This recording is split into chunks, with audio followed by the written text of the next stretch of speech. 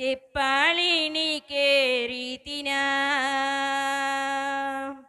గుండెల్లో నిండిన నాకున్న భావన చెప్పాలి నీకే రీతినా కృతజ్ఞత స్తుతి చెల్లిస్తున్నా కృతజ్ఞత స్తుతి చెల్లిస్తున్నా యేసయ్యా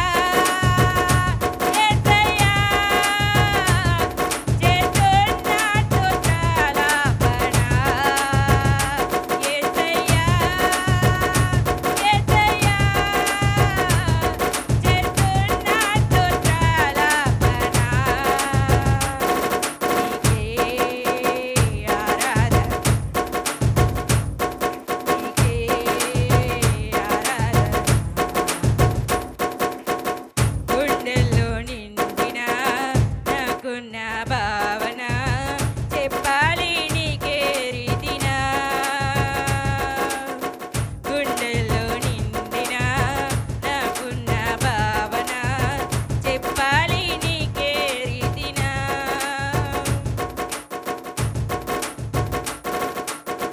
నా కన్ను చూడని ఆశ్చర్య కార్యాలు జరిగాయి నీ వలన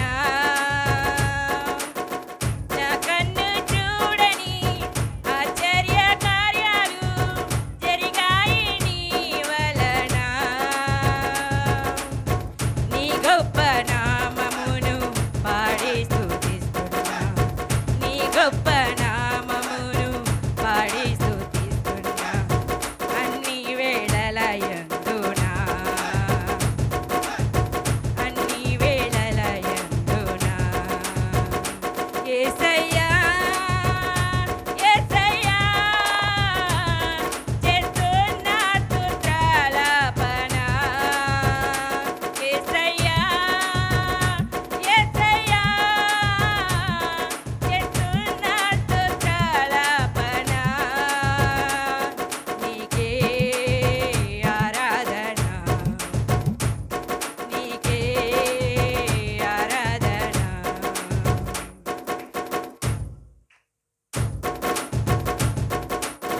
నా ఊహ కందని మహోపకారాలు కలిగాయి నీ వలన నా ఊహ కందని మహోపకారాలు కలిగాయి నీ వలన ఉత్సాహగానముతో నిన్నే సేవిస్తున్నా ఉత్సాహగానముతో నిన్నే సేవిస్తున్నా నీ ఆవరణమందునా నీ ఆవరణమందునా యేసయ్యా యేసయ్యా చేస్తున్నా స్తుత్రాలాపన యేసయ్యా యేసయ్యా చేస్తున్నా స్తుత్రాలాపన నీకే ఆరాధన నీకే ఆరాధన గుండెల్లో నిండిన నాకున్న భావన చెప్పాలి నీకే రీతినా గుండెల్లో నిండిన నాకున్న భావన చెప్పాలి నీకే రీతినా కృతజ్ఞత స్తుతి చెల్లిస్తున్నా కృతజ్ఞత స్తుతి చెల్లిస్తున్నా యేసయ్యా యేసయ్యా చేస్తున్నా స్తుత్రాలాపన యేసయ్యా యేసయ్యా చేస్తున్నా స్తుత్రాలాపన నీకే ఆరాధన నీకే ఆరాధన దేవునికి స్తోత్రం హల్లెలూయా దేవుని యొక్క వాక్య లేఖనాల్లో వాక్య భాగాన్ని మనము చదువుకుని ఒక చిన్న ప్రార్థనతో ఈరోజు ఈ వాక్యాన్ని ధ్యానించుకుందాం. మత్తయి సువార్త 7వ అధ్యాయము 7వ వచనం. అడుగుడు మీకు ఇవ్వబడును, వెదకుడు మీకు దొరుకును. చిన్న ప్రార్థన. పరిశుద్ధుడువు, మహోన్నతుడువు, కృపయు కనికరములు కలిగిన మా ప్రియ పరలోకపు తండ్రి, సకల ఆశీర్వాదాలకు కారణభూతుడైన మా ప్రియ ప్రభువా, మీ పరిశుద్ధమైన గణనమానికి వేల కొలది వందనములు, స్తుతులు, స్తోత్రాలు చెల్లించి ప్రార్థన చేస్తూ ఉన్నాం బాబు. మమ్మల్ని అందరినీ కూడా ఎంతగానో ప్రేమించి అయా మీ సజీవమైన రెక్కల చాటున కాచి భద్రము చేసి ఈ రాత్రి వేళన ప్రభా ఈ రీతిగా మీ నామాన్ని స్తుతించి గనుపరుచుకునే భాగ్యాన్ని కలిగించారు. సమయం ఉన్నా చాలామంది ప్రభా లోకానుసారంగా వారి ఇష్టానుసారంగా బ్రతుకుతూ ఉన్నారు. కానీ మేమైతే సమయం ఉంది కనుక సద్వినియోగం చేసుకోవాలని వీరు చెప్పిన వాక్య లేఖనాలను బట్టి నీ మందిరానికి చేరుకున్నాం బాబు. మీ వాక్యం వినాలని ఆసక్తి కలిగి ఉన్నాం. మాట్లాడేది నీవు, వాక్యము నీది అయ్యా. ఇదిగో మా హృదయాలు మీకు అంకితం ఇస్తున్నాం. మా హృదయ గదిలోనికి మీరు వచ్చి మీ వాక్యము ద్వారా మాతో మాట్లాడి ఎంతగానో మమ్మల్ని బలపరిచి నడిపించు, మహిమ తెచ్చుకోమని. యథాసనిగా నేను లేచి నిలబడి ఉన్న చిన్నవాడిని అయినా నాలో ఏమీ లేదు కానీ బాబు, నా నోట మీ వాక్కు నుంచి నాలో మీ ఆత్మ నుంచి నా ప్రభు నా నడుమును కట్టి మా అందరితో మీరే మీ ఉరుము స్వరముతో మాట్లాడి మహిమ ఘనత ప్రభావములన్నీ మీరు పొందుకుంటారని, ఏ విధమైన దురాత్మ శక్తులు, శాతాను శక్తులు, అపవిత్రాత్మలు అలాంటివి ఇక్కడ పనిచేకున్నట్లు అవన్నీ యేసుక్రీస్తు నామములో దురపరచి మా అందరినీ మేలులతో నింపి మీలో అంటుకట్టి జీవించినట్లు కృప చూపెట్టమని యేసు ప్రభు యొక్క శక్తి కలిగిన నామంలో ప్రార్థన చేస్తూ ఉన్నాను మా తండ్రి, ఆమేన్. ప్రియులారా, క్లుప్తంగా కొన్ని విషయాలు ఈ రాత్రి వేళ మనము దేవుని యొక్క పరిశుద్ధ లేఖనాల నుండి మనము నేర్చుకుందాం. అడుగుడి మీకు ఇయ్యబడును. చాలా మార్లు వినేసాం అనుకుంటున్నాం కదండి హృదయంలో. చాలా మార్లు వినేసామండి. అడుగుడు మీకు ఇవ్వబడి అంటే ఆ వాక్యం తెలియని వాళ్ళు ఎవరు లేరు. చిన్నపిల్లల్ని అడిగిన వారు కూడా టక్కున లేచి మత్తయి సువార్త 7వ అధ్యాయం 7వ వచనం అడుగుడు మీకు ఇవ్వబడునని వారు కూడా చెప్పేస్తారు. ఈ వాక్యము మాకు తెలియందేం కాదు, తెలిసిన పాత వాక్యమే అని అనుకుంటున్నారా? పిల్లరా చూడండి, దేవుని యొక్క వాక్యములో నుండి కొన్ని విషయాలు మనం ఎలా నేర్చుకుంటాం ఈ రాత్రి. దేవుని యొక్క పరిశుద్ధ లేఖనాల్లో యేసు ప్రభు మాట్లాడుతూ మనతో ఏమని చెప్తున్నారంటే, అడుగుడు మీకు ఇవ్వబడును అన్నాడు. అదొకటి చాలు మనకి. ఇప్పుడు అడిగితే ఇచ్చేస్తాడా దేవుడు? నిజంగానే మనస్ఫూర్తిగా చెప్పండి, అడిగితే ఇచ్చేస్తాడా? అలాగే మీ జీవితంలో ఏమైనా పొందుకున్నారా? అడిగినవి 1 కాదు 2 కాదు, లెక్క పెట్టలేనన్ని ఎన్నో మన జీవితంలో పొందుకున్నాం పిల్లరా, పొందుకున్నాం. అయితే అడుగు ప్రతి వానికి ఇస్తాను అని చెప్పాడు దేవుడు. అయితే మనము మన జీవితంలో అడుగుతూ ఉన్నాం ఎప్పటికీ కూడా కొన్ని అడుగుతున్నామా లేదండి? ఎప్పటికీ కూడా కొన్ని అడుగుతున్నాం. ఆరోగ్యం కావాలని అడుగుతున్నాం, అప్పులు తీరాలని అడుగుతున్నాం, ఆరోగ్యం బాగుండాలని అడుగుతున్నాం, అవసరాలు తీరాలని అడుగుతూ ఉన్నాం, కుటుంబంలో పరిస్థితులు మారాలని అడుగుతున్నాం, అలాగే వ్యక్తుల యొక్క మనసులు మారాలని అడుగుతున్నాం, ఇంకా మారని మనుషులు ఉంటే వాళ్ళు కూడా మారాలని అడుగుతున్నాం, ఇంకా మన అవసరాలు, మన అక్కరలు, మన సమస్యలు, మన ఇబ్బందులు, మన శ్రమల కొలది ప్రభు పాదాల దగ్గర ఈ రోజు వరకు కూడా మనం మోకరిస్తే ప్రభుని ఇంకా ఏవోటి అడుగుతానే ఉన్నాం పిల్లలు, అడుగుతూనే ఉన్నాం. అయితే అడిగినవన్నీ దేవుడు ఇచ్చాడా అని ఆలోచన చేస్తే వెనక్కి తిరిగి ఒకసారి మనం పరిశీలన చేసుకుంటే అడిగినవన్నీ దేవుడు ఇవ్వలేదు. అడిగినవన్నీ దేవుడు ఇవ్వలేదు. అడిగిన వాటిలో కొన్ని అయితే దేవుడు ఇచ్చాడు. అయితే అడిగినవన్నీ ఎందుకు ఇవ్వలేదు అనేది ఎప్పుడైనా మనము ఆలోచన చేస్తామా?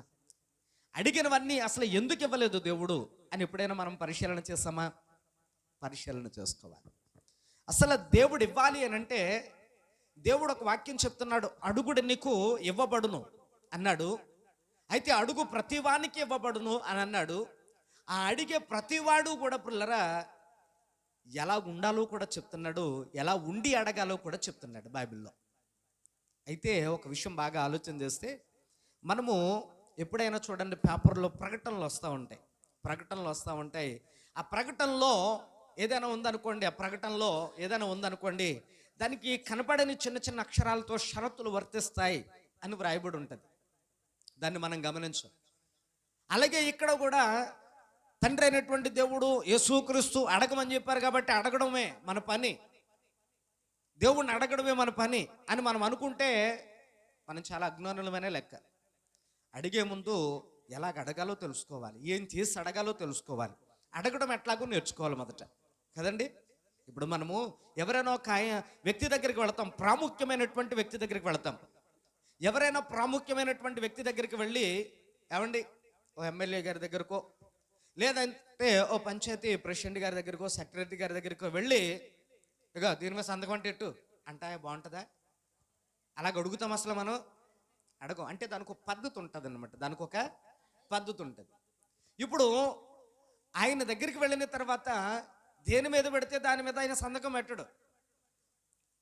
ఆయన పెట్టాల్సినటువంటి ఆ సంతకం పెట్టాల్సినటువంటి పేపర్ మీద సంతకం పెడతాడు. ఎందుకనంటే పంచాయతీ సెక్రటరీ అని ఉంటే దాని మీద పంచాయతీ సెక్రటరీ ఉంటే ఆయనే పెట్టాలి సంతకం.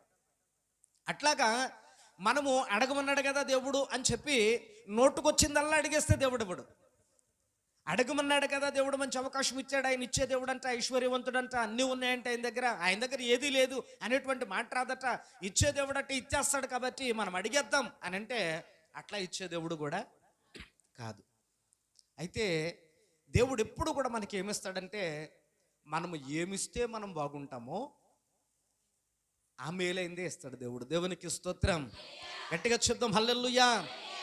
మనము ఏం చేస్తామనంటే పిల్లరా, నోట్లో నాలుగే కదా అని కంటి నిండా కనపడినటువంటిది ఆశ కొలది, నోటుకొచ్చిందల్లా ప్రతిని పిల్లరా అత్యాశ కొలది మనం అడుగుతూ ఉంటాం.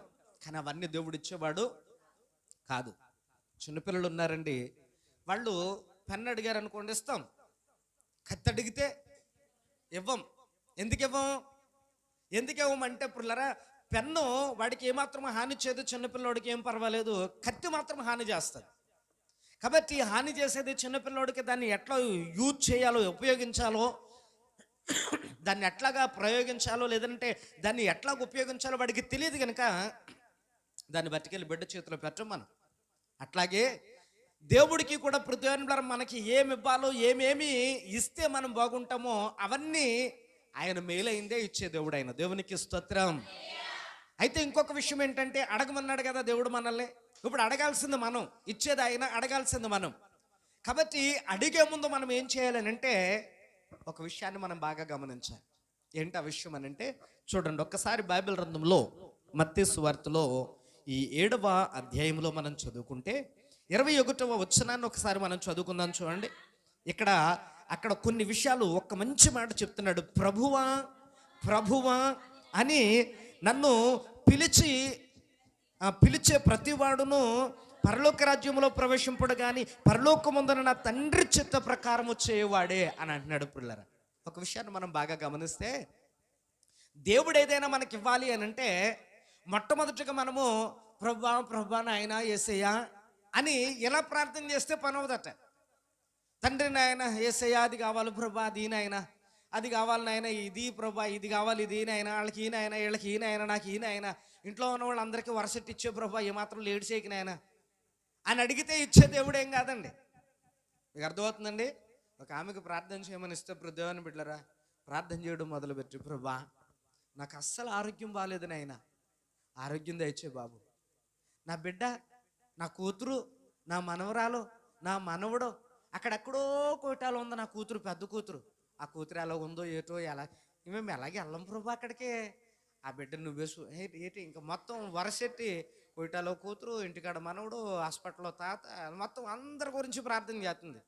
అసలు ఇంతకీ ఆవిడకి ఇచ్చినటువంటి సందర్భం ఏంటి, ఆ ప్రార్థన సందర్భం అక్కడ అని అంటే దేవుని బిడ్డలారా ఏమీ లేదండి, పలహార ప్రార్థన.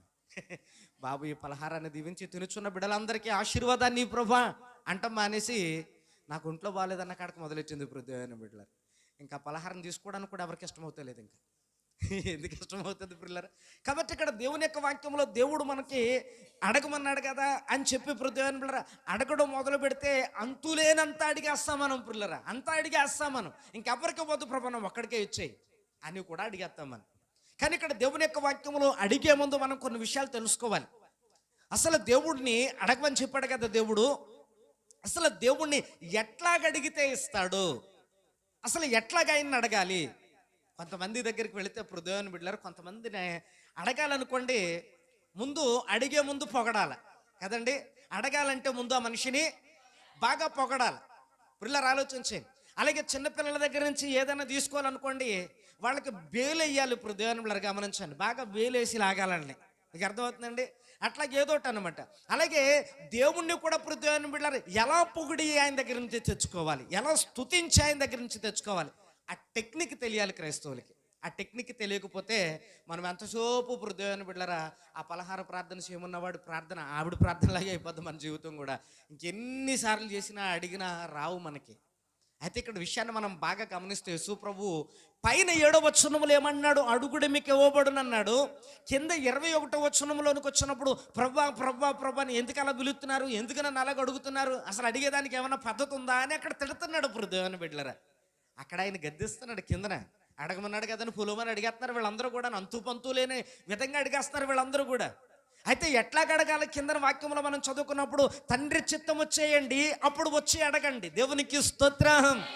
గట్టిగా చెప్తాం హల్లెలూయా. తండ్రి చిత్తము చేయండి వచ్చి అడగండి. దేవుని బిడ్డలారా తండ్రి పని చేయండి వచ్చి అడగండి. ప్రభువుని స్తుతించండి వచ్చి అడగండి. ప్రభువుని ఆరాధించండి వచ్చి అడగండి. ప్రభువుని కనపరచండి వచ్చి అడగండి. ప్రభువుని పూజించండి వచ్చి అడగండి. దేవుని బిడ్డలారా ఇక్కడ ఏంటి మనుషులు అని అంటే పిల్లరా దేవుని పని చేయట్లేదు, ప్రభా నా పనులన్నీ అయిపోవాలని మాత్రం అడుగుతున్నారు. మీకు అర్థమవుతుందండి? మనుషులు ఎలాగున్నారు అని అంటే ఇక్కడ దేవుని పని చేయట్లేదంట, కానీ ఎవరి పనులు అయిపోవాలి? మనుషుల పనులు. అంటే మన పనులన్నీ అయిపోవాలట. పిల్లలు ప్రభా నా పని చేసాను ఆయన. పిల్లలు గమనించండి, దేవుడు ఏమంటున్నాడు? నా పని చేయి. నువ్వు నా పని, నేను నీ పని. నువ్వు నా పని చేయి. ఇప్పుడు మనం దేవుని పని చేయడం కష్టమా లేదనంటే అది సింపులేనా? చాలా సింపుల్. దేవుని బిడ్డలారా ఇక్కడికి వచ్చి మనం చక్కగా అందంగా ఫ్యాన్ వేసుకుని లైట్లు వేసుకుని చక్కగా బాస్పెట్లు వేసుకుని చక్కగా కూర్చొని దేవుని యొక్క వాక్యం అండి. ఇది కష్టమండి? ఇదేం పెద్ద కష్టం కాదు. దేవుని బిడ్డలారా మరి పొద్దున్న 400 ఇస్తాను పనిలోకి రండి, ఇది కష్టం కదండి. 400 మన చేతిలోకి రావాలనంటే కష్టం. దేవుని బిడ్డలారా కానీ ప్రభు చేతుల్లో నుండి సంపాదించుకోవాలనంటే ప్రభు మనల్ని కష్టపెట్టాలని అనుకోవట్లేదు. పిల్లలు మొట్టమొదటిగా అడిగే ముందు దేవుని యొక్క తండ్రి చిత్తం ఏంటో మనం తెలుసుకుని పిల్లరా తండ్రి పని చేసి అప్పుడు వచ్చి మనం అడగాలంటే. అందుకని భక్తుడైనటువంటి దావీదు అడిగిందల్లా దేవుడు ఇస్తూ వచ్చాడు. దావీదు పోవు చోట నెల్లను దేవుడు కూడా అతనికి తోడుగా ఉన్నాడు. కారణం ఏంటి అని అంటే దావీదు దేవుని యొక్క హృదయానుసారుడు. దావీదు దేవుని హృదయంలో ఏముందో తెలుసుకున్నటువంటి వాడు. దేవునికి నేను ఎలాగుంటే నచ్చుతాను, ఎలా పాటలు పాడితే నచ్చుతాను, ఎలాగ దేవుణ్ణి ఆరాధిస్తే నచ్చుతాను, ఎలాగో దేవుణ్ణి కీర్తిస్తే నచ్చుతాను, ఎలాగో దేవుణ్ణి పూజిస్తే నచ్చుతాను, నేను ఎలా నడుచుకుంటే నచ్చుతాను, ఎలా లెగిస్తే నచ్చుతాను, ఎలాగ వేషధారణ వేసుకుంటే నచ్చుతాను, నేను ఎట్లాగ మాట్లాడితే నచ్చుతాను, ఎట్లాగ చూస్తే నచ్చుతాను, ఎటు నేను ప్రయాణమై వెళితే నచ్చుతాను, ఎట్లాగుంటే నచ్చుతాను, అట్లాగో టోటల్గా మార్చుకున్న వ్యక్తి పుల్లరా. అందుకనే భక్తుడైనటువంటి దావీదు ప్రార్థన దేవుడు వింటూ వచ్చాడు. పుల్లరా అడిగినవన్నీ మన జీవితంలో కూడా పొందుకోవట్లేదంటే కారణం ఏంటో తెలుసండి? కొన్ని అడుగులు దేవుని వైపు వేసి అడుగుతున్నాం ఎత్తనాడు, కొన్ని అడుగు తప్పటడుగులు వేసి అడుగుతున్నాం, అందుకే పొందుకోవట్లేదు మనం. ఈ రాత్రి వేళ దేవుని యొక్క వాక్యంలో ప్రభు అందుకనే అడుగుడి మీకు ఇవ్వబడును అని అంటే కిందన అన్నాడు తండ్రి చిత్తము చేయండి వచ్చి అడగండి.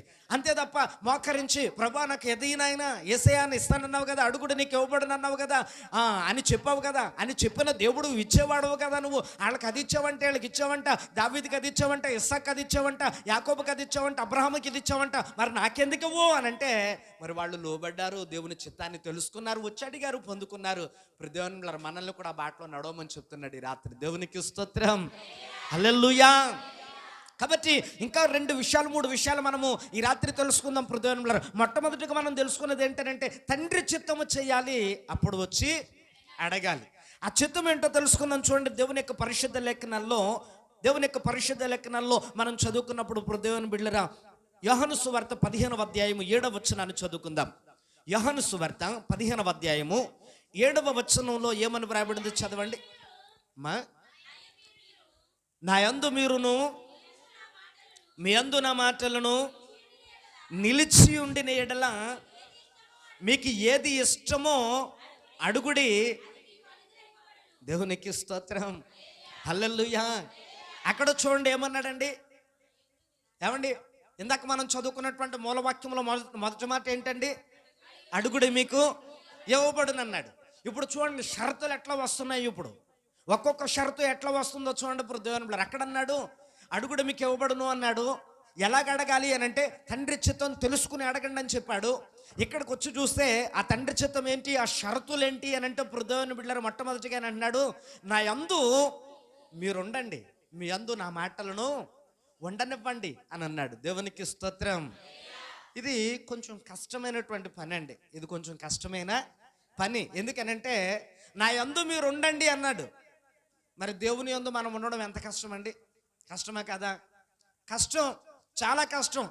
అసలు మనం దేవుని యందు ఉండాలి అని అంటే దేవుడు పరిశుద్ధుడట, దేవుడు నీతిమంతుడట, దేవుడు పుల్లరా ఏ విధమైనటువంటి లోపము లేనటువంటి వాడట, నిత్య పరిశుద్ధుడైనటువంటి దేవునితో మనం ఉండాలి, దేవునిలో మనం ఉండాలి అని అంటే మనం కూడా భూమి మీద పుల్లరా మన నాలుకని, మన మనస్సుని, మన ఆలోచనల్ని,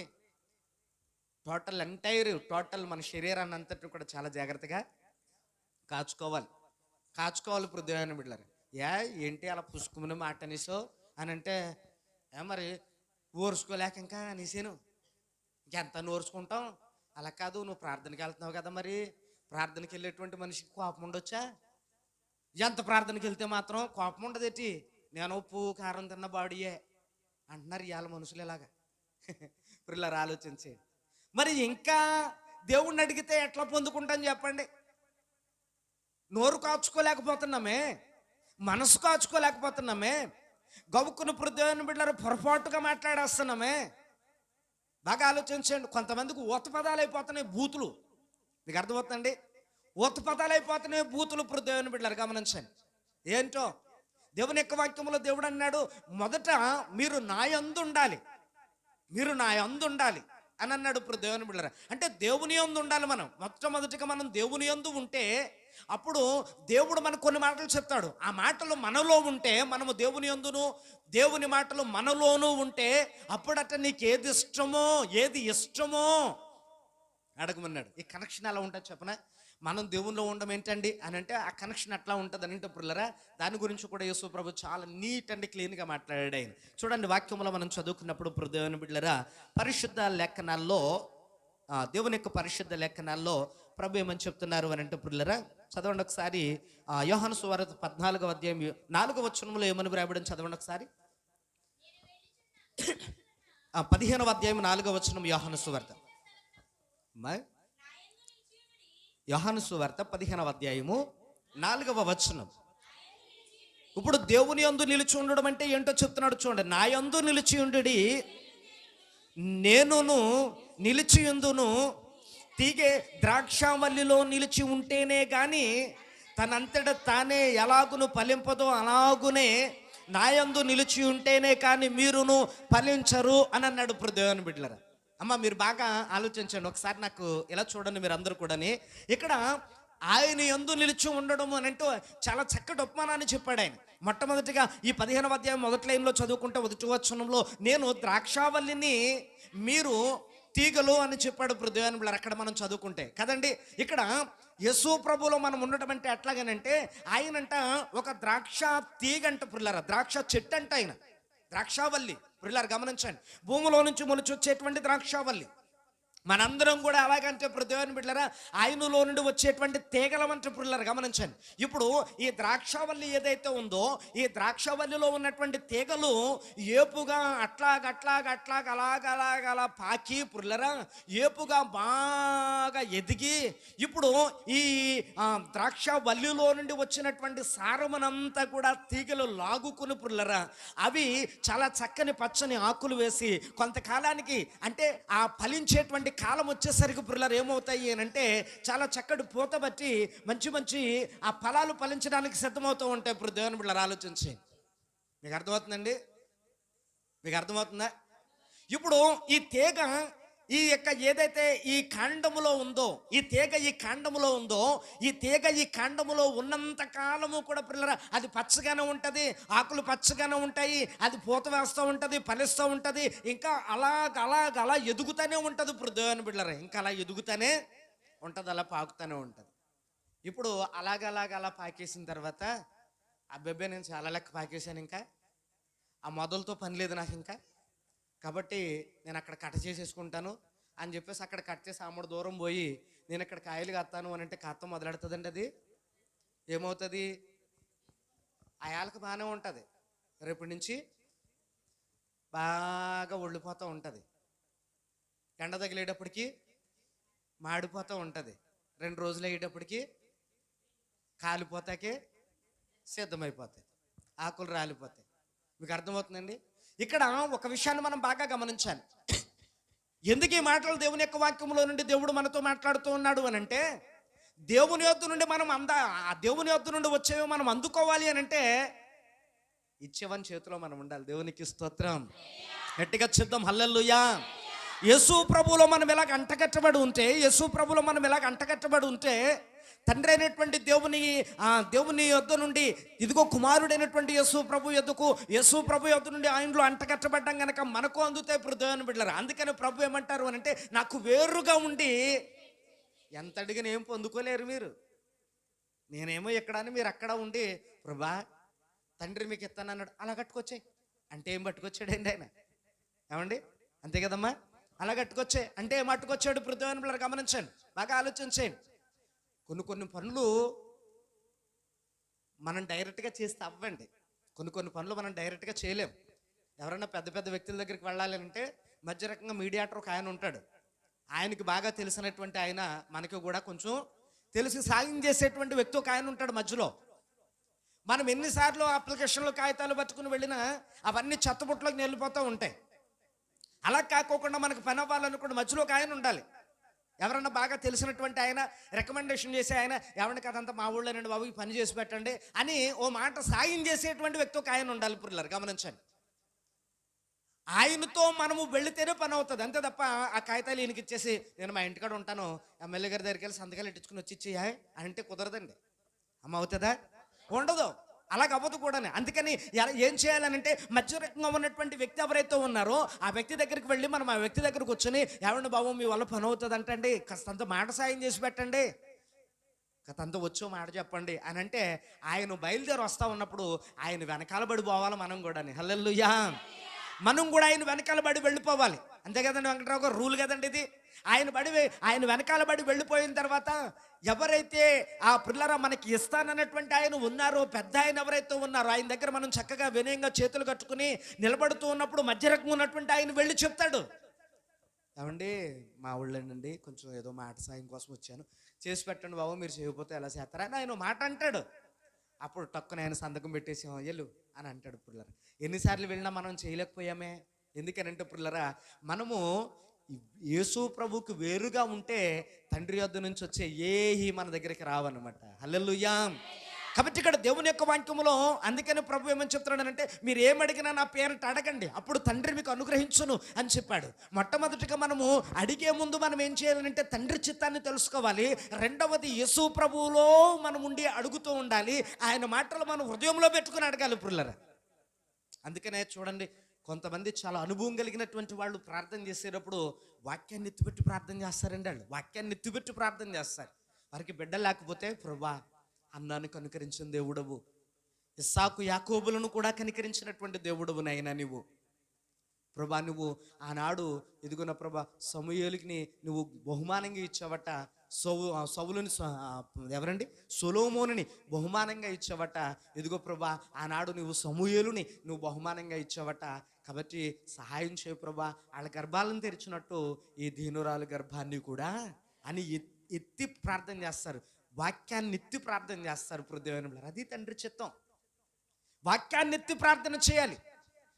హృదయం బిడ్డలు బాగా ఆలోచించే దేవుని యొక్క పరిశుద్ధ లేఖనాల్లో భక్తులందరూ కూడా హృదయం బిడ్డలు అట్లాంటి ప్రార్థనలు వాళ్ళు చేశారండి. అట్లాంటి ప్రార్థనలు వాళ్ళు చేశారు పిల్లరా.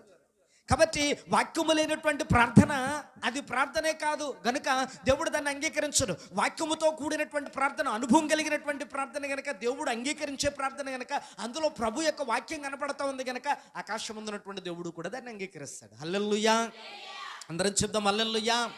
కాబట్టి ఇక్కడ దేవుని యొక్క వాక్యములో అడుగుడు మీకు ఇవ్వబడింది అని అంటే అడిగేసే ప్రతి ఒక్కరికి ఏమి ఇచ్చాడండి దేవుడు. ఇవ్వాలి అంటే వారికి కొన్ని అర్హతలు ఉంటాయి పిల్లరా. అడిగేటువంటి వ్యక్తి ఎలా ఉండాలి అని అంటే మొట్టమొదటిగా దేవుని యందు ఉండే వ్యక్తి అయి ఉండాలి, దేవుని చిత్తాన్ని చేసే వ్యక్తి అయి ఉండాలి. మొట్టమొదటిగా పిల్లరా మనం ఆలోచన చేస్తే ఈ యొక్క వాక్యాన్ని విని ఆ వాక్యాన్ని హృదయంలో పెట్టుకుని అడిగేవాడై ఉండాలి పిల్లరా. వాక్యాన్ని హృదయంలో పెట్టుకుని అడిగేవాడై ఉండాలి పిల్లరా. దావీదు ఎన్నోసార్లు ప్రార్థన చేసినప్పుడు దావీదు ప్రార్థన నిండా వాక్యమే కనపడద్దండి.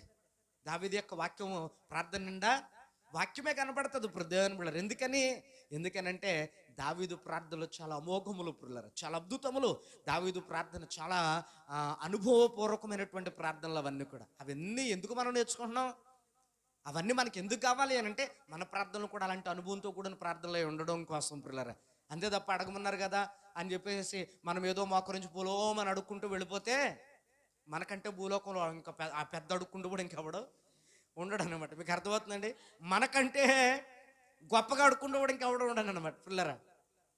బాబు అంబానీకి అన్ని ఇచ్చావు, ఆడు బాబు లాంటిది నాకు ఇచ్చేయి అని అడగొచ్చు. తప్పే ఉందండి? ఏమన్నా అడగొచ్చు కదండి. శుభ్రంగా ఆ సైకిల్ మీద వ్యాపారం మానేయచ్చు, ఏం గొడవ ఉండదండి మనకి. నేను కూడా ప్రతిదేవన పిల్లలు ఇవన్నీ మానేస్తాను. ఇంకా మానేసేసి ఒక 20-30 మందిని పనులు నెట్టుకుంటాను పిల్లరా. బిర్యానీ ఉండేవాళ్ళలో పక్కనే, చేపల ఫ్రై చేసేవాళ్ళలో పక్కనే, కావండి పప్పు గోంగూర ఉండేవాళ్ళలో పక్కనే, తొంకాయ ఉండేవాళ్ళలో పక్కన, ఇవన్నీ నాకు ఇష్టమన్నీ చేసుకునే వాళ్ళందరినీ ఎక్స్పీరియన్స్ ఎవరైతే ప్రతిదేవనంలో పెద్ద పెద్ద 5 స్టార్ హోటల్లో చెఫ్స్ ఉంటారు కదండి. 5 స్టార్ హోటల్లో ఎవరైతే పెద్ద పెద్ద వంట మాస్టర్లు ఉంటారో అలాంటి వాళ్ళు ఎత్తుకుంటాను నేను. పుల్ల నాకు పని ఏముందండి? ఇంకా ధనవంతుడిలాగా నా పాడమా, నేను తాగు సుఖించి వాళ్ళు వండుతున్నారు, నువ్వు తింట పని పని అని అంటూ ఉంటాను. ఇప్పుడు దేవుని పిల్లలు అడిగేయడమే కదా ఇచ్చేస్తాడు టెండి ఆయన. ఏమండి అమ్మ, అడిగేయడమే కదా ఇచ్చేస్తాడు దేవుడు. ఇవ్వడండి అలాగా.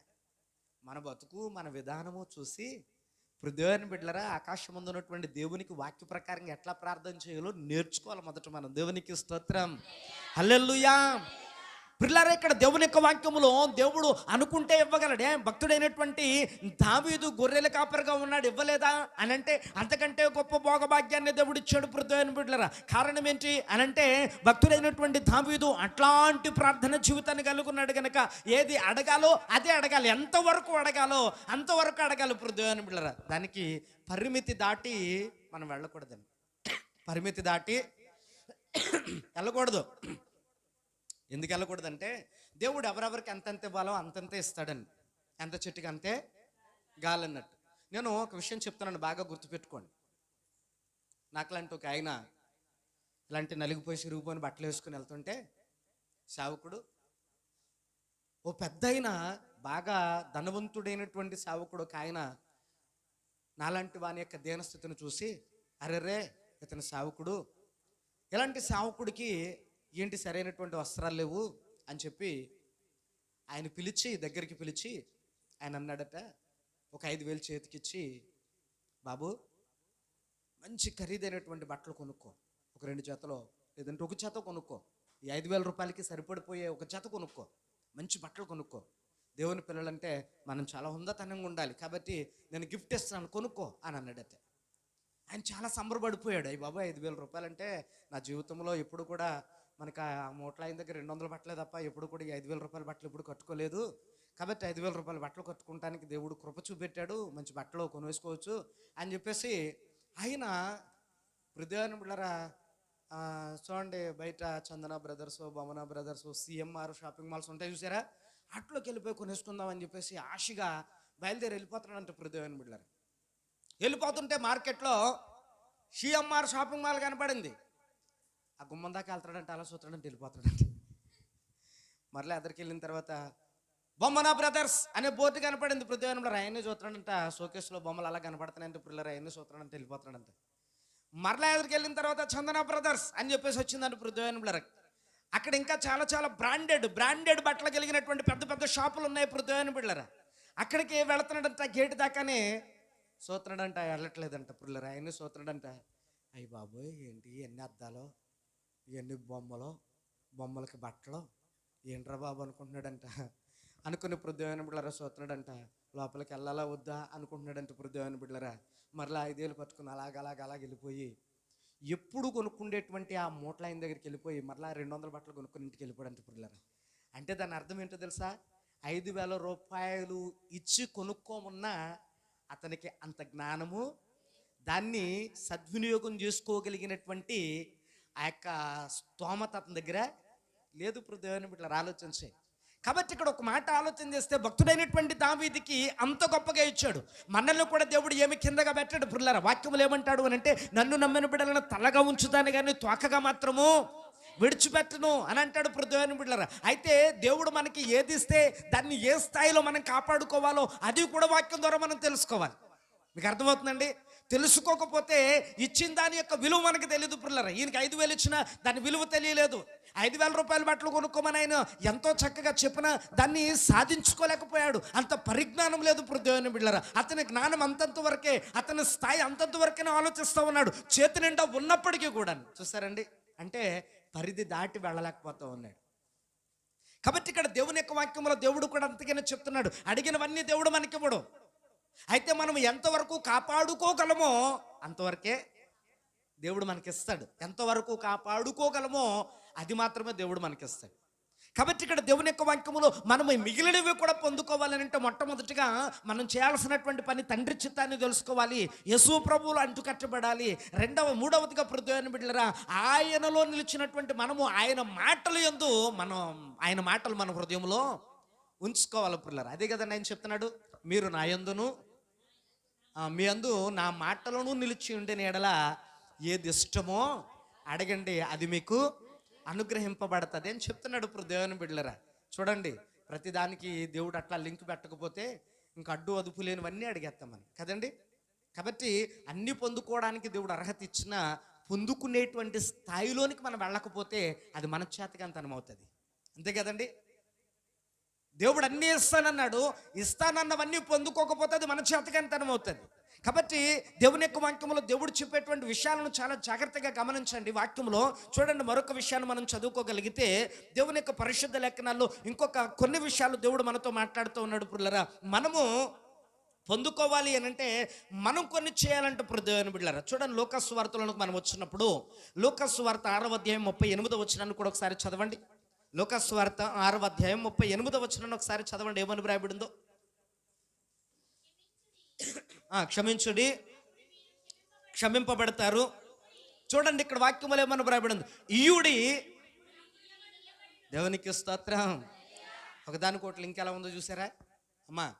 అక్కడ దేవుడు అడుగుడి ఈ బడుని అన్నాడు కాబట్టి అడిగితే అన్నీ వచ్చేస్తాయి అనుకుంటున్నారు. మరి అన్నీ తెలుసా మీకు అమ్మా? ఎలా చూడండి అమ్మా, ఆ వాక్యం ఎక్కడుందనే కదా మీకు. లూకాసు వార్త 6వ అధ్యాయం 38వ వచనం, అదే కదమ్మా.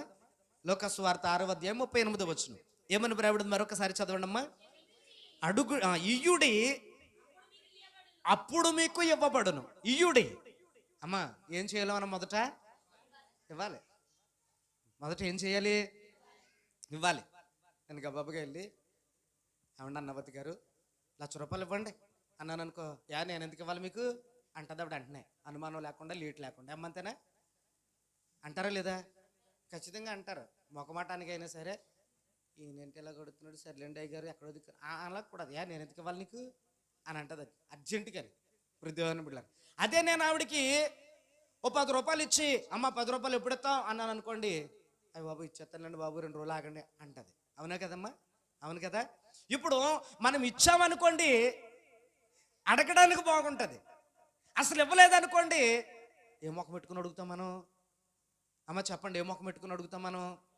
అందుకనే మన దగ్గర ఇప్పుడు యేసయ్య దగ్గర మనం ఇచ్చింది ఏదీ లేదు.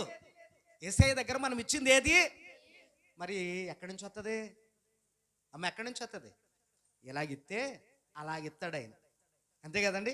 మనం ఇలాగిస్తే ఆయన అలా తీసుకొచ్చేస్తాడు. దేవుని బిడ్డలారా గమనించండి.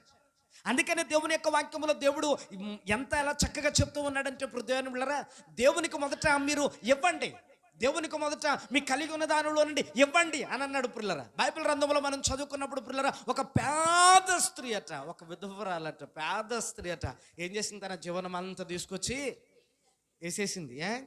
జీవనం అంతా తీసుకొచ్చి ఎందుకు వేసేసింది ఆవిడ? ఎందుకు వేసేసింది అని అంటే పిల్లరా, పోషించేవాడు, రక్షించేవాడు, నడిపించేవాడు అన్నీ ఆయనే కదా. ఇంకా ఏమండి, ఆయనే కదా దేవుని బిడ్డలారా. ఆలోచించి కాబట్టి వేసేసిందట. ఆవిడ దగ్గర ఉన్నటువంటి జీవనం అంతా అంటే ఎన్ని రూపాయలు అనుకుంటున్నారో? ఎన్నో రూపాయలు అనుకుంటున్నారేమో. 2 రూపాయలు. ఎన్ని రూపాయలు అండి? 2 రూపాయలు. మీకు అర్థమవుతుందండి? ఆమె జీవితం అదే పుర్లరా గమనించండి. కాబట్టి ఆ 2 కాసులు తీసుకొచ్చేసేసిందట. యేసు ప్రభు దాన్ని ఎన్న పట్టుకున్నాడండి. ఆయన అంటాడు పుల్లరా, అందరూ 10 రూపాయలు వేసిన వాళ్ళు ఉన్నారు, 100 రూపాయలు వేసిన వాళ్ళు ఉన్నారు, 1000 రూపాయలు వేసిన వాళ్ళు కూడా ఉన్నారు పుల్లరా. కానీ ఈ 2 కాసులు వేసినటువంటి ఆమెతో మాట్లాడుతున్నాడు పుల్లరా. ఈమె జీవితాన్ని వేసేసింది యేసయ్యకి. దేవునికి స్తోత్రం. గట్టిగా చెప్దాం హల్లెలూయా. అంటే దాని అర్థం ఏంటో తెలుసండి, ఆమె జీవితాన్ని తీసుకొచ్చి ప్రభా నువ్వే పోషించిన ఆయన, ఈ ఖర్చులు లెక్కలే నాకు ఏం తెలియలేదు, ఎలా నడిపిస్తావో నడిపించని వేసేసి ఎదులు పెట్టేసిందట. దేవునికి స్తోత్రం హల్లెలూయా. కాబట్టి ఇక్కడ దేవుని యొక్క వాక్యములో దేవుడు ఏమని చెప్తున్నాడనంటే ఇయ్యుడి అని చెప్పాడు పిల్లరా. ఇయ్యుడి అప్పుడు మీకు ఇవ్వబడును అని చెప్తున్నాడు పిల్లరా. ఇచ్చేది కూడా ఎలాగివ్వాలంట చూడండి. దేవుని యొక్క వాక్య లేఖనాల్లో మనం చదువుకున్నప్పుడు దేవుని బిడ్డలారా, పరిశుద్ధ లేఖనాల్లో ప్రభు ఆయన చక్కటి విషయాన్ని మాట్లాడుతూ ఉన్నాడు. దేవుని బిడ్డలారా చదవండి ఒకసారి. ఏమని వ్రాయబడిందనంటే మత్తయి సువార్త 19వ అధ్యాయం 21వ వచనం అనుకుంటా. చూడండి ఒకసారి ఏమని వ్రాయబడిందో. మత్తయి సువార్త 19వ అధ్యాయం 21వ వచనంలో ఏమని వ్రాయబడిందండి, ఒకసారి ఆ మాటను చదువుకుందాం. అందుకు యేసు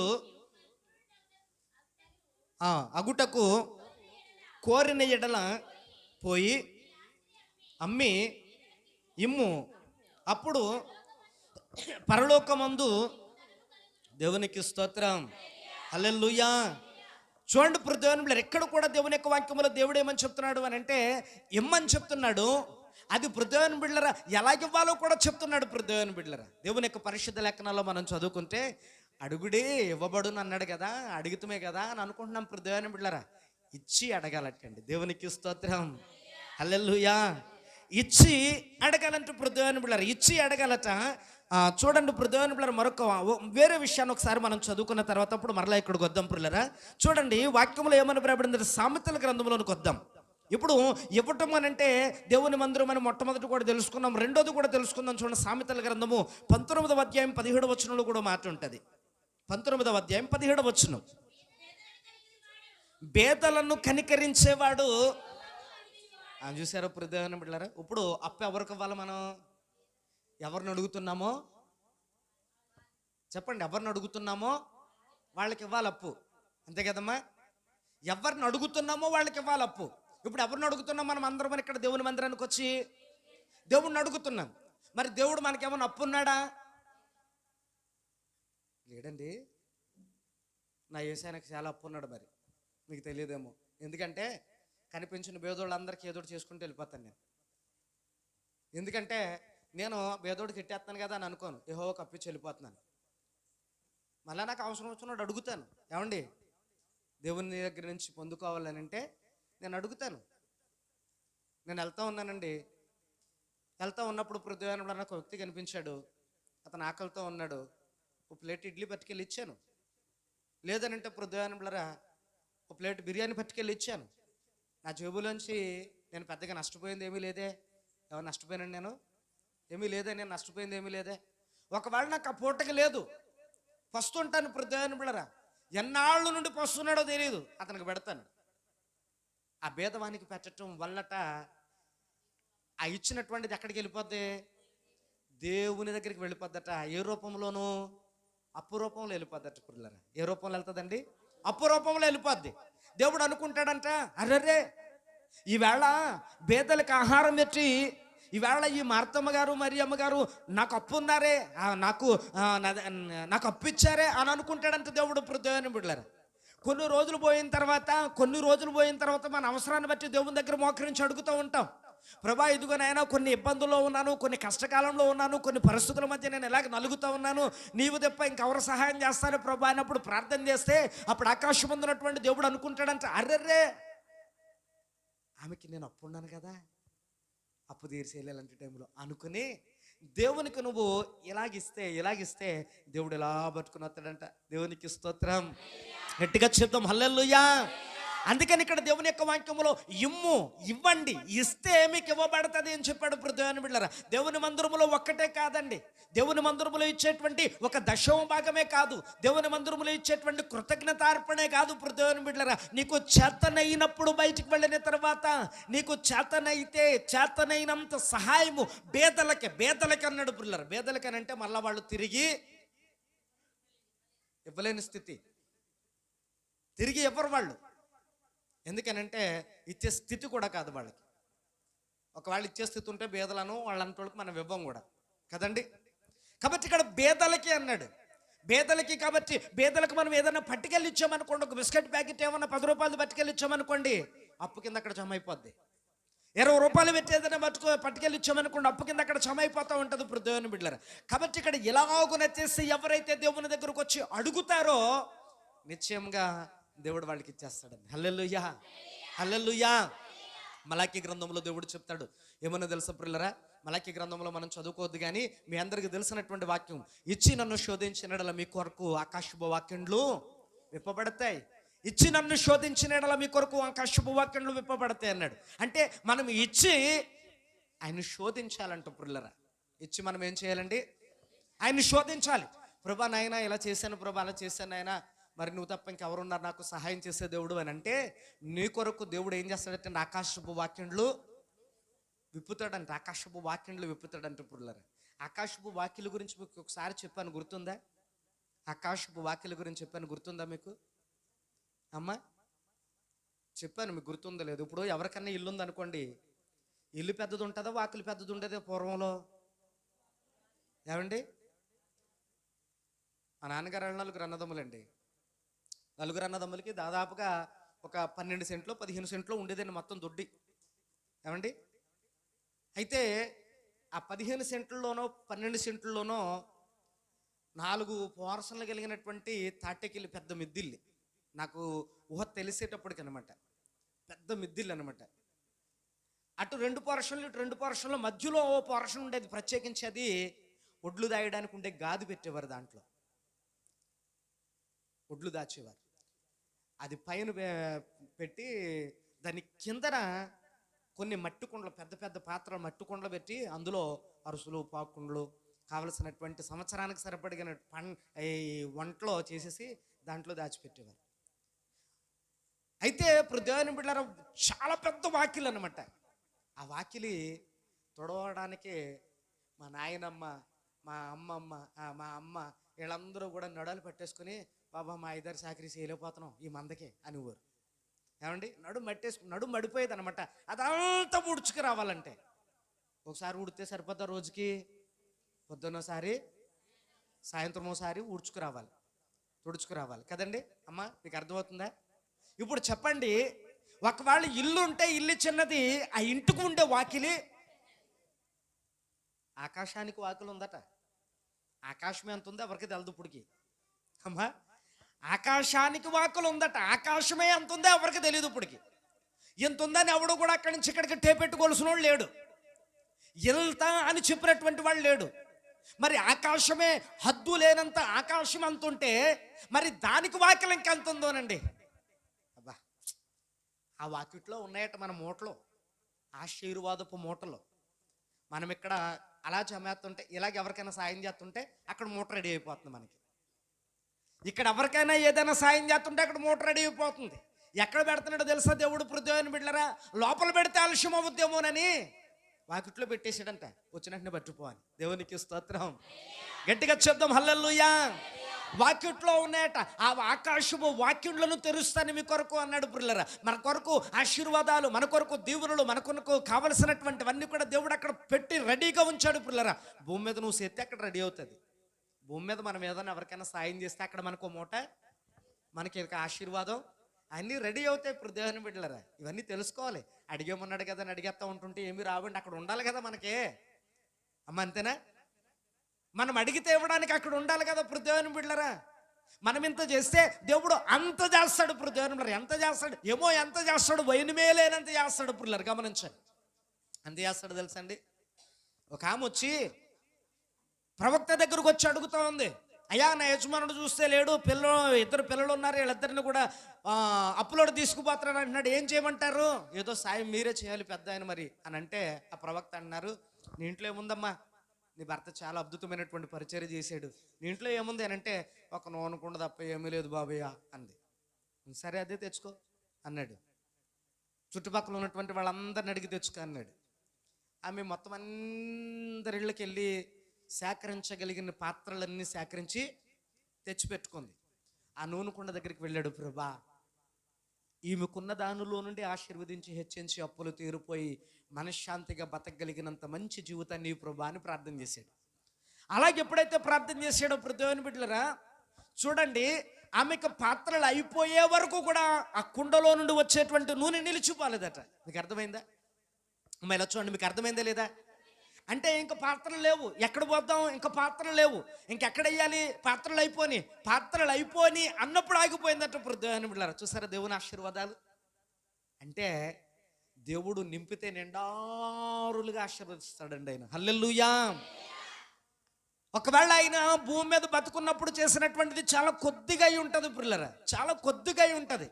ఆయన చేసినటువంటి సేవా ఫలితం చూడండి. ఇప్పుడు భార్య బిడ్డలు వాళ్ళు బ్రతుకున్నంతకాలం అనుభవించడానికి సరిపడినంత దీవెన దేవుడు ఇచ్చాడు పిల్లరా. అలాగే దేవుడు మనల్ని అడగమని చెప్పాడు అని అంటే అడిగే ముందు మనం చేసి ఉండాలి. అడిగే ముందు కూడా మనం చేసి ఉండాలి, భక్తి చేసి ఉండాలి, దేవునికి ఇచ్చి ఉండాలి, పేదవారికి ఇచ్చి ఉండాలి. ఇప్పుడు దేవుని బిడ్డలరా భేదవారికి కూడా ఇచ్చి ఉండాలి. వాక్యములో దేవుని యొక్క పరిశుద్ధ లేఖనాల్లో చూడండి, వాక్యములు ఏమంటాడు అని అంటే బేదలను కనికరించేవాడు, బేదలకు ఇచ్చేవాడు ఎవరైతే ఉన్నారో వారికి యెహోవాకు అప్పించినటువంటి వాడు అవుతాడు. కాబట్టి ఇక్కడ చూడండి, సామెతల గ్రంథం 28వ అధ్యాయాన్ని కూడా ఒకసారి మనం చదువుకోగలిగితే వాక్యములు అక్కడ ఒక మాట చెప్తా ఉన్నాడు పిల్లలు. చూడండి 28వ అధ్యాయం 27వ వచనాన్ని చదవండి ఒకసారి. 28వ అధ్యాయము. బేదలకి ఇచ్చేవానికి ఏం కలగదటండి అమ్మా? బేదలకి పెట్టేవానికి ఏం కలగదట? మన ఇంటికి వచ్చి అడుక్కుంటూ ఉంటాడండి, ఒట్టి చేతులతో లేదు అనిపించుకుండే కంటే అలాగే ఇచ్చేయాలి బాబు అంటే ఎంత బాగుంటుందండి. నువ్వు ఇచ్చేది కొంచెమే. ఇప్పుడు దేవుని బిడ్డలు ఆలోచించే బాగా గమనించండి. కొంతమంది ఉంటారు ఏమండి, తవ్వ నిండా తెచ్చేసి వేసేసినట్టు తవ్వట్టుకుని వచ్చేస్తారు. అందులో చేస్తే 4 గింజలు రాలుతాయి, అందులోంచి ఎలా కుమ్మరెత్తే 4 గింజలు రాలుతాయి. పాపం అమ్మగారు చాలా మంచిది, అవతలాంటి మనిషివిడి, అందుకు కాబట్టి తవ్వట్టుకుని వచ్చేస్తుంది, తవ్వ నిండా తెచ్చేస్తుంది అనుకుంటాడు అతను. మీకు అర్థమవుతుందమ్మా? అది ఏముండదండి, ఇలా మళ్ళీ ఇలా మూటగా ఇలా దాచిస్తే ఇచ్చేస్తారు మళ్ళీ. ఇప్పుడు దేవుని బిడ్డలు అలాంటి నాకు తెలుసు కొంతమంది, బాగా గమనించాను. ఉన్నదంతా పెట్టేమని ఏం అడగట్లేదు దేవుడు. ఉన్నదంతా పెట్టేమని, ఆ ఉన్నదంతా పెట్టేసి నువ్వు అలాగ ఉపవాసం ఉండి పళ్ళికిలిచ్చు అన్న ఏం చెప్పలేదే దేవుడు. నీకు కలిగిన దానిలో నుండే పెట్టమన్నాడు. అందుకనే ఒక రోజున యేసు ప్రభు వచ్చినప్పుడట అడుగుతున్నాడంట, అమ్మా నేను వచ్చానమ్మా అని అంటే, అదేంటి ప్రభా నువ్వు వస్తావని కదా నేను పప్పులు వండింది, అరసులు, పాకుండలు, బూరులు, గారెలు, బొబ్బట్లు ఇవన్నీ వండింది నీకోసమే కదా, నువ్వెప్పుడు వచ్చావు అని అంటే, ఆకలితో వచ్చానమ్మా నీ ఇంటి గుమ్మం దగ్గర, అమ్మా ఏదన్నా ఉంటే పెట్టమ్మా అన్నాను, కానీ నా స్వరాన్ని గుర్తుపట్టలేదు, నా రూపాన్ని చూసి నువ్వు గుర్తించలేదు, అందుకు కాబట్టి నువ్వు నాకు అవసరం లేదమ్మా అన్నాడు. దాహమని వచ్చాడట, వస్త్రమని వచ్చాడంట. దేవుని బిడ్డలారా అంటే వీళ్ళందరికీ చేస్తే ఇవన్నీ ఎవరికి వెళ్ళిపోతున్నాయి? అంతే కదండి, ఇవన్నీ చేస్తే ఎవరికి వెళ్తున్నాయండి? దేవునికి వెళ్ళిపోతా ఉన్నాయి. దేవుని బిడ్డలారా ఎవరికైనా ఆ దాహంతో ఉన్నటువంటి వ్యక్తి గబగబా వచ్చి అలాగ ఆయాసంతో మండుటెండలు అలా కూర్చుని అయ్యో దాహము అంటే చల్లగా ఉన్నటువంటి కాసన్ని మంచినీళ్ళు పట్టుకెళ్ళి పిల్లరా అతనికి ఇస్తే దాహం తీరిన తర్వాత దేవుని బిడ్డలారా అమ్మా దేవుళ్ళకి వచ్చి మంచినీళ్ళు ఇచ్చి కాపాడావమ్మా అన్నారు. మంచినీళ్ళు ఇచ్చినందుకే మనం దేవుడు అంటున్నారు. మనం చేసింది ఎక్కడికి వెళ్ళిపోయింది? ఇప్పుడు మనం అలాంటి పరిస్థితుల్లో ఉన్నప్పుడు దేవుడు అంతకంటే శ్రేష్టమైనవి దాచిపెట్టి ఉంచుతాడు పిల్లరా. అడిగే ముందు ఇవన్నీ చెయ్యాలి పిల్లరా, అడిగే ముందు ఇవన్నీ మనము చెయ్యాలి. అవసరమైతే బేదలకిమ్ము అని చెప్పాడు, చూశారు దేవుని పిల్లరా. అవసరమైతే ఇందాక మనం చదువుకున్నాం ఆ వాక్యమే పిల్లరా, మత్తయి సువార్త 19వ అధ్యాయం 21వ వచనంలో అవసరమైతే దేవుడు ఏమని చెప్పాడు? దేవుడిని ఎద్దు నుండి ఇంకా గొప్ప సహాయం అని కావాలి అని అంటే దేవుడు ఏమని చెప్తున్నాడు చూడండి. దేవుని పిల్లల వాక్యంలో ఏమని వ్రాయబడిందండి? అందుకు యేసు నీవు పరిపూర్ణం అవ్వాలి అని అంటే నీవు కోరిన ఎడల పోయి నీ ఆస్తంతా అమ్మేసి దేవునికి స్తోత్రం. పిల్లరా ఏం చేయాలటండి? పేదలకు ఇవ్వాలంటే పిల్లరా. మరి అలాగే ఎవరైనా ఇవ్వగలరా అమ్మా? చెప్పండి, ఎవరైనా ఇవ్వగలరా? అసలు సాధ్యమేనంటారా? సాధ్యం కాదు. పేదలకు ఇమ్మని ఎందుకు దేవుడు చెప్తాడంటే ఆస్తంతా అమ్మేసి ఇచ్చేసే అని చెప్పట్లేదు. ఇప్పుడు దేవుని బిడ్డలారా దానికంటే ప్రాముఖ్యమైనది ఒకటి ఉంది. దాంట్లో కాస్త తీసి పేదలకు పెడితే పరలోక రాజ్యంలోని ఫలం అధికమవుద్దని చెప్పాడు. దేవునికి స్తోత్రం. హల్లెలూయా. వాక్యములో ప్రభు అంటాడు, నువ్వే కొలతతో అయితే కొలుస్తావో అదే కొలతతో నీకు కూడా కొలవబడుతుంది. అదే కొలతతో నీకు కూడా కొలవబడుతుంది. కాబట్టి ఇక్కడ దేవుని యొక్క వాక్యంలో అడుగుడు నీకు ఇవ్వబడును అని దేవుని యొక్క వాక్యంలో దేవుడు చెప్పాడు కదా. కాబట్టి మనం అడుగుదాం అని అంటే అడిగే ముందు ఆలోచన చేయాలి. వాక్యంలో దేవుడు అన్నాడు, అడిగే ముందు నువ్వు 2 విషయాలు చేయాలి. మొట్టమొదటిగా ఏంటి 2 విషయాలు అని అంటే, 2 విషయాల్లో మొట్టమొదటిది తండ్రి చిత్తం తెలుసుకుని దేవునిలో అంటుగట్టబడినటువంటి వాడై యేసు ప్రభు యొక్క మాటలు నీలో ఉండి అప్పుడు దైవ చిత్త ప్రకారంగా అడిగితే దేవుడు ఇస్తాడు. రెండవది ఏంటి అని అంటే, ప్రభువుని బిడ్డలారా, ఈయన అంటాడు, ఇదిగో నువ్వు పేదలకి ఇచ్చిన ఎడల, దేవుని మందిరములో నీ దశమ భాగం ఇచ్చిన ఎడల, దేవుని మందిరములో కృతజ్ఞతార్పణ చెల్లించిన ఎడల, ఎదుగో రోడ్డు మీద కనిపించినటువంటి ఒక భేదవానికి నువ్వు కాస్తంత ఆహారం పెట్టిన ఎడల, దాహము తీర్చిన ఎడల, నీ పాత చినుకుపోయినటువంటి వస్త్రము, ఏ వస్త్రము లేనటువంటి వస్త్రహీనుడికి ఇచ్చిన ఒకే ఒక్క కారణం వచ్చేత ఇదిగో పరలోక రాజ్యములోని దేవునికి నువ్వు అర్పించిన వ్యక్తి అవుతావు. గనుక తగిన కాలమందు మరలా తిరిగి వడ్డీతో సహా అవన్నీ నీ దగ్గరికి చేరతాయి. దేవునికి స్తోత్రం, హల్లెలూయా. అవి నీ పిల్లలు, నీవు, నీ కుటుంబం అనుభవించేటట్టు దేవుడు ఆశీర్వదిస్తాడు. వాక్యములు అని అంటాడు, ప్రభువైన బిడ్డలారా, ఇలాగ ఇస్తేనటండి, ఇలాగ ఇచ్చిన వానికి ఏ మేలు కొదువై ఉండదట. ఏ విధమైనటువంటి మేలు కొదువై ఉండదని చెప్తున్నాడు. బేదలకి ఇచ్చిన వానికి ఏ మేలు కొదువై ఉండదు, ఏం కొదువు ఉండదు అని చెప్పాడు. పిల్లరా, ఈ రోజున మనం మోకరించి అడుగుతా ఉన్నాం దేవుని దగ్గర. అడిగే ముందు ఒక్కటి ఆలోచన చేయండి, పరిశీలన చేయండి. అసలు అడుగుతున్నావు, అడిగే నీకు దేవుని దగ్గర ఏమైనా దాచిపెట్టావా?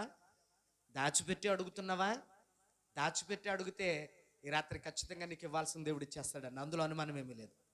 ఒకవేళ దేవునికి ఇవ్వకోకుండా నువ్వేమన్నా అడుగుతున్నావా?